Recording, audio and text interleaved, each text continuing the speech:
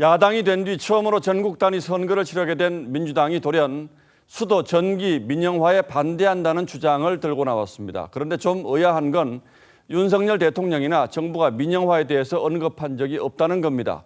그동안 민주노총 산하 공공노조가 이들 분야에 대한 민영화를 강력하게 반대해온 걸 감안하면 지방선거를 앞두고 지지층을 결집시키려는 의도로 봐야 할 것 같습니다. 여당은 제2의 광우병 선동이라며 강하게 비판했습니다. 장용욱 기자가 보도합니다.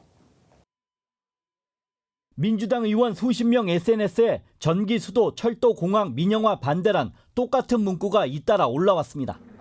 이재명 총괄 선대위원장이 어제부터 돌연 민영화 반대를 주장하고 나서자 과거부터 국민의힘은 민영화를 추진해왔고 또 앞으로도 민영화 추진 의지가 분명한데 지도부와 의원들도 일제히 거들고 나선 겁니다.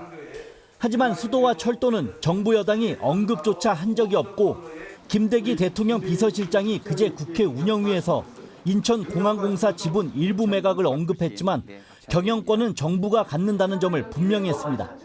한국전력처럼 경영은 정부가 하되 다만 한 40%, 30% 정도를 그 지분을 민간에 팔자는 거죠. 전기는 인수위 때 한전을 통하지 않는 전력 거래인 PPA의 확대만을 언급했는데 이는 문재인 정부가 처음 도입한 제도입니다. 전력 시장이 경쟁적 시장 구조로 바뀌는 것이 바람직하다. 이것이 한전의 민영화를 의미하는 것은 아니라는 점. 국민의힘은 지지층을 결집시키기 위해 허위 선동을 한다고 발끈했고 제2의 광우병 사태 그리고 제2의 생태창 논란을 일으키려는 정치공학적 목적이다. 허위 사실 유포에 대해선 법적 대응에 나서겠다고 했습니다.